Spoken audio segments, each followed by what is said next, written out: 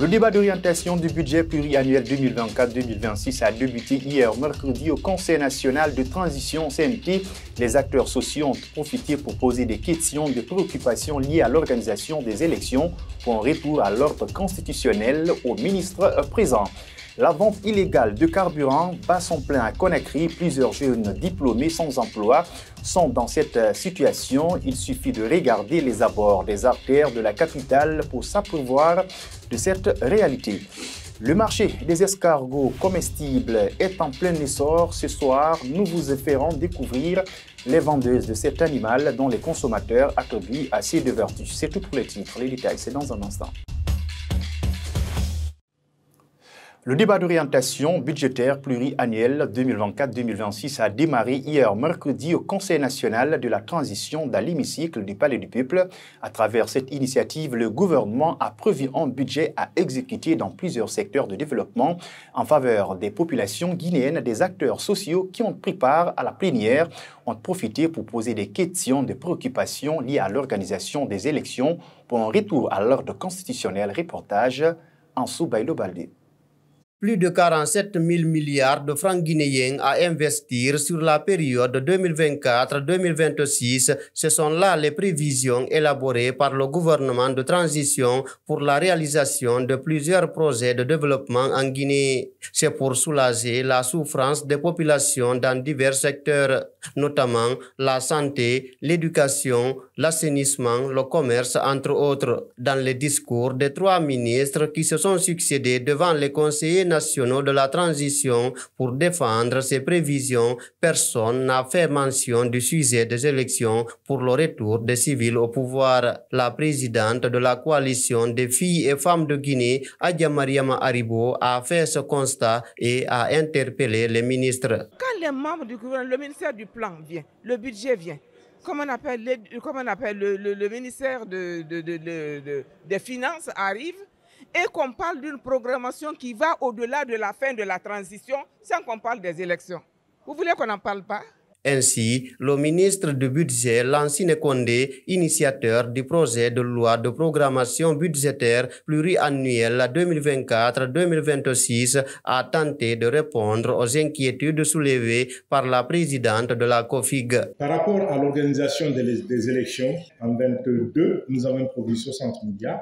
En 2023, 400 milliards. Et l'année prochaine, ce sera encore 400 milliards.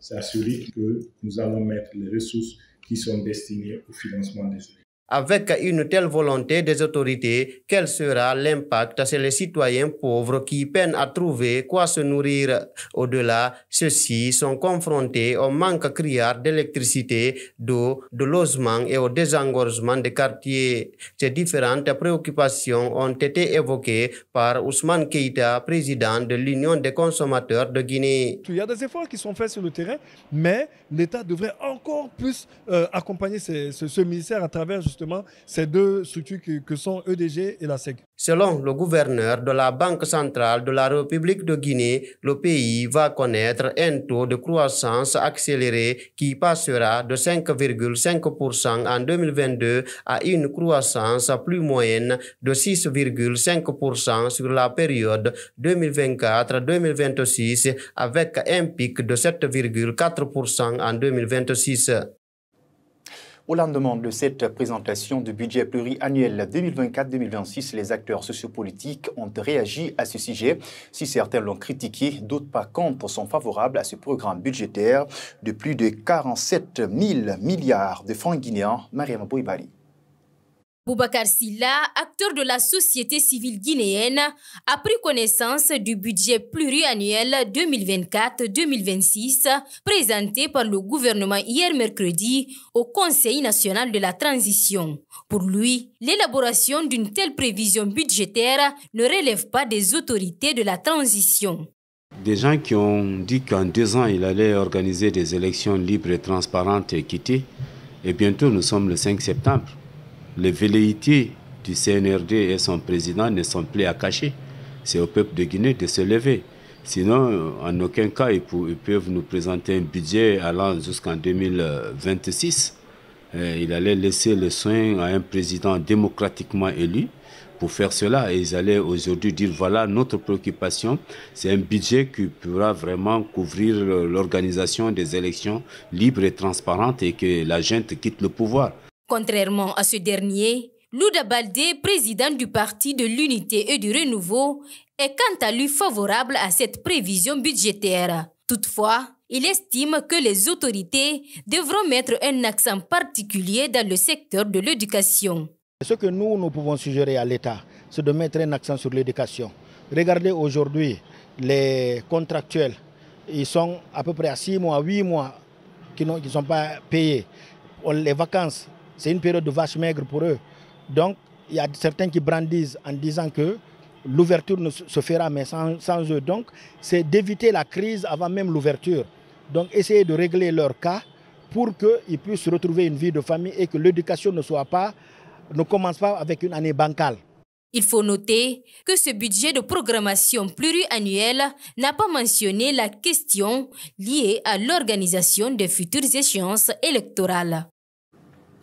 Le président de la Coalition nationale des acteurs pour la paix et le développement, CONAPED, s'insurge contre la tournée à l'intérieur du pays de la première dame de la République. Depuis quelques jours, Ibrahima Aminata Diallo y voit une campagne de mobilisation dézinguée à travers cette sortie de Lauriane Doumbouya. Il est au micro de Mamadou Tanouba.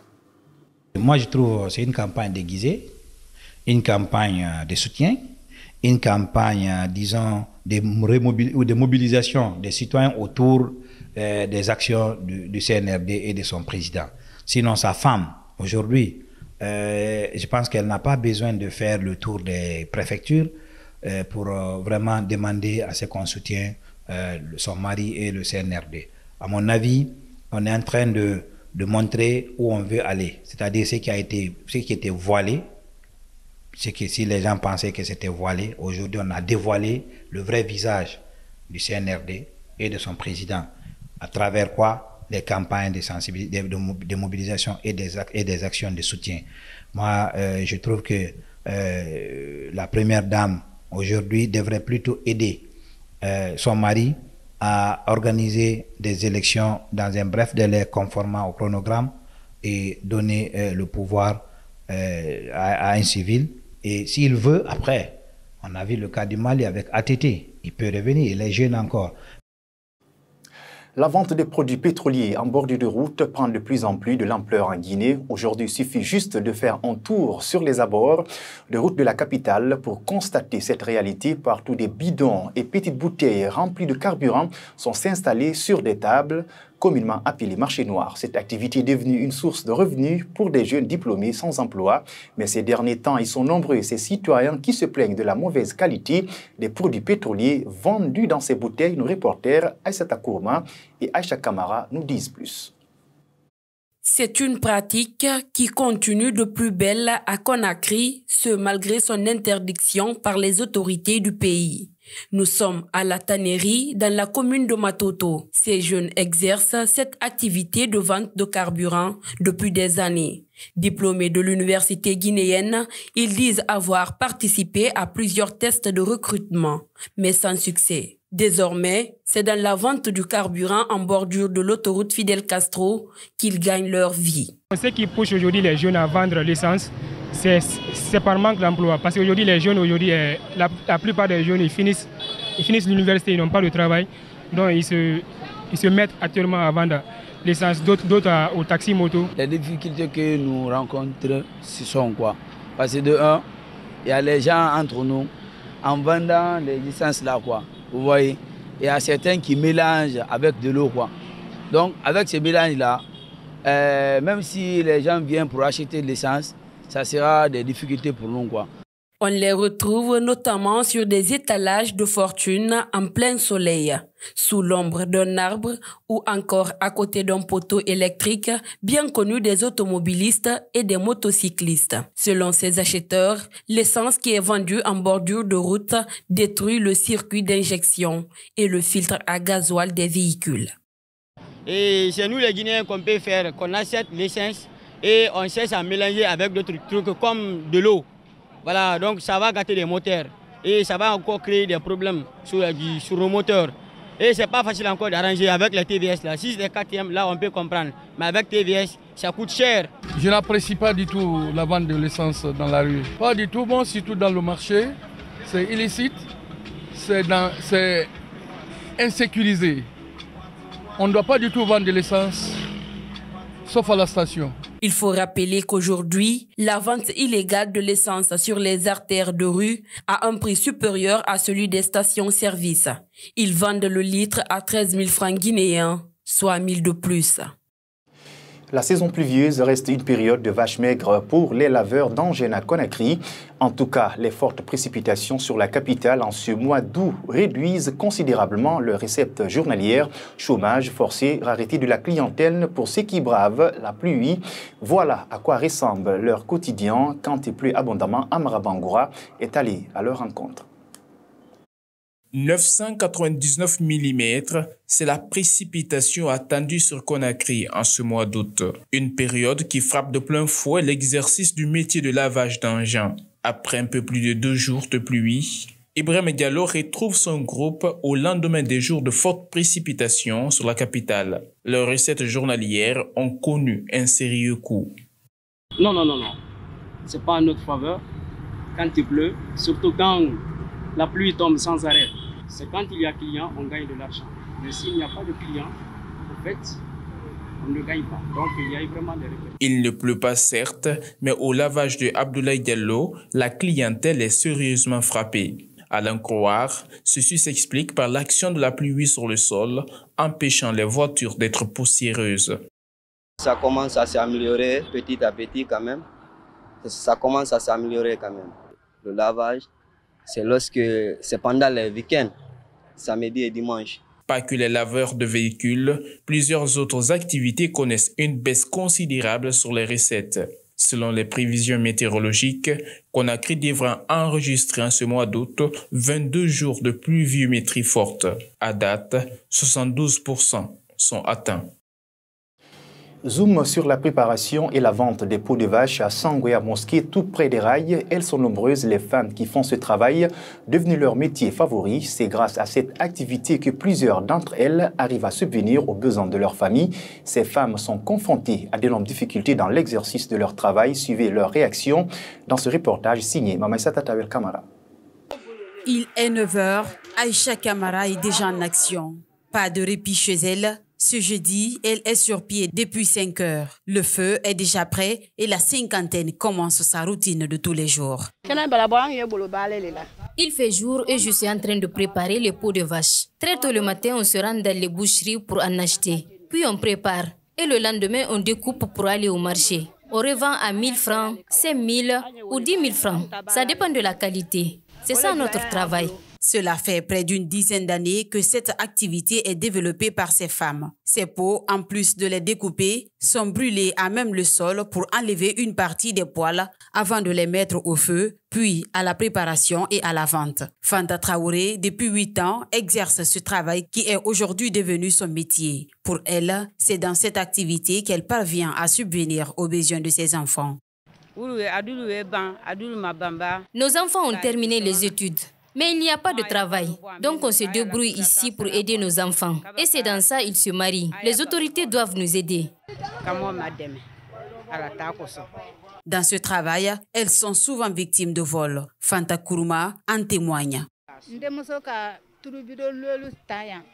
Il y a des voleurs qui sont venus prendre 5 bidons d'huile rouge de ma fille, alors qu'elle n'avait pas fini de payer. Ma fille a été incarcérée pour ça et le voleur a été relaxé. Même nos marmites sont volées. Tout ce que nous mettons, ils viennent prendre. Pour la préparation des peaux de vache, ces femmes utilisent le charbon. Mais pendant cette saison hivernale, tous ces charbons étalés au sol sont pratiquement tous mouillés. Cette autre dame énumère d'autres difficultés. Regardez nos hangars, tout est percé, nos charbons sont mouillés. L'eau rentre ici comme pas possible. Dites au président d'avoir pitié de nous. Sous ce hangar se trouvent les vieux réfrigérateurs utilisés pour la conservation des peaux de vache. Ces femmes disent être confrontées chaque jour à des maux de tête dus à la fumée et des odeurs nauséabondes que dégagent les peaux de vache. Ce soir, nous vous emmenons à la découverte du marché d'escargots situé dans le grand marché Yimbaya Taneri. Ce mollusque est très prisé par certains Guinéens. Les dérivés issus de l'escargot tels que la chair, la bave, la coquille et les viscères sont commercialisés. Une dizaine de femmes font de cette activité leur business. Néné Omobalde signe ce reportage. Nous sommes au marché de Yimbaya Taneri. Ici, les jeudis sont spécifiquement consacrés au marché hebdomadaire. Parmi les marchandises, l'on retrouve les escargots comestibles. En Guinée, seule une minorité le consomme. La chair de ces mollusques est très brisée par les consommateurs, ce qui pousse d'ailleurs plusieurs femmes à en faire un business florissant depuis belle lurette. C'est le cas de Mamizou Manigui qui fait davantage parler d'elle dans ce secteur. Oui.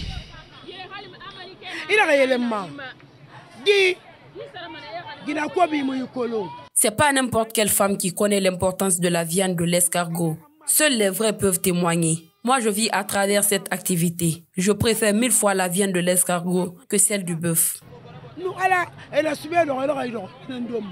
Elle n'est pas la seule à faire cette activité dans ce marché. Vendre les escargots est aussi le quotidien de Tigidanke Kamara. Chez elle, les prix varient entre 20 000 et 50 000 francs guinéens, et ce, en fonction de la taille de l'animal. Elle déplore juste la rareté de la clientèle.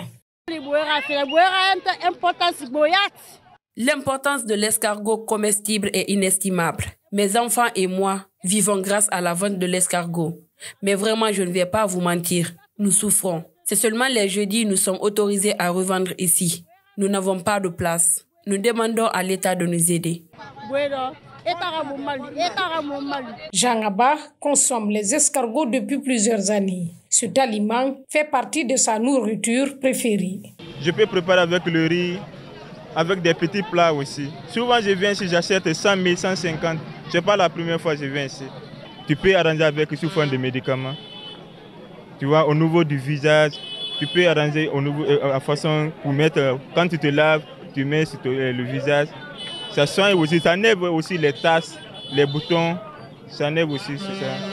Comme Jean Abba, la chanteuse guinéenne Yamasiga est aussi accro à la chair d'escargot. Elle l'a fait savoir dans une de ses vidéos sur TikTok où elle prépare avec aisance la sauce de gombo avec escargot. Une manière pour dire que les escargots comestibles ont aussi leur faim. Sport, dans ce journal, le tournoi de préqualification pour les Jeux Olympiques Paris 2024 se poursuit au Nigeria. Après avoir perdu son premier match, le Sili Basket Senior affrontera ce vendredi la Tunisie. Cette rencontre s'annonce comme une finale avant la finale, car toutes ces deux équipes ont raté leur première sortie, notamment face au Cameroun. Une victoire qualifiera l'une d'entre elles pour les demi-finales. À quelques heures de ce match décisif, les basketteurs guinéens se disent être prêts et déterminés à aller chercher le ticket qualificatif pour le tour suivant de la compétition. Explication, Lansana Fofana et Alassane Diallo. Nice pass and the throw down. Après sa défaite humiliante contre le Cameroun lors de son premier match sur le score de 104 à 74 points, le Sili Basket s'apprête à défier l'équipe championne d'Afrique en titre, les Aigles du Carthage de la Tunisie, au compte de la deuxième journée de la poule B. Déjà, le Cameroun occupe la première place du groupe B avec 4 points, synonyme de qualification pour les demi-finales. Ce vendredi, les basketteurs guinéens et tunisiens joueront leur dernière carte pour une seule place au second tour du tournoi. À la séance d'entraînement de ce jeudi, le sélectionneur Zalko Zasevic et ses protégés ont travaillé sur plusieurs tactiques de jeu afin de corriger les imperfections du premier match. Ibrahima Khalil Fofana et ses coéquipiers sont conscients de l'enjeu qui les attend contre la Tunisie. Le match contre la Tunisie ne sera pas facile, mais on n'a plus rien à perdre. C'est le seul match à prendre pour passer en demi-finale. On a été moins agressif sur le match précédent et ce match-là, il faut qu'on vienne avec détermination et agressivité, donner le maximum de nous-mêmes, jouer pour le peuple afin de remporter cette victoire. On est venu voir le match pour voir réellement l'équipe adversaire comme il joue et essayer de mettre un système en place pour savoir les attaquer demain pour le match de vendredi. Et on a essayé de corriger les erreurs qu'on a fait le dernier match Et j'espère que ça va bien fonctionner pour le match de vendredi. Ce match décisif entre la Guinée et la Tunisie est prévu ce vendredi à 17h à Abuja. L'équipe victorieuse rejoindra le Cameroun en demi-finale. Dans l'autre groupe du tournoi, la bataille est très rude entre le Sénégal, le Nigeria et le Mali pour la qualification au tour suivant. Pour rappel, l'équipe qui sera championne du tournoi représentera le continent africain au JO de Paris 2024. Ainsi prend fin cette édition d'information à tous. Merci de l'avoir suivi et bon suite de programme sur KVTV et au revoir.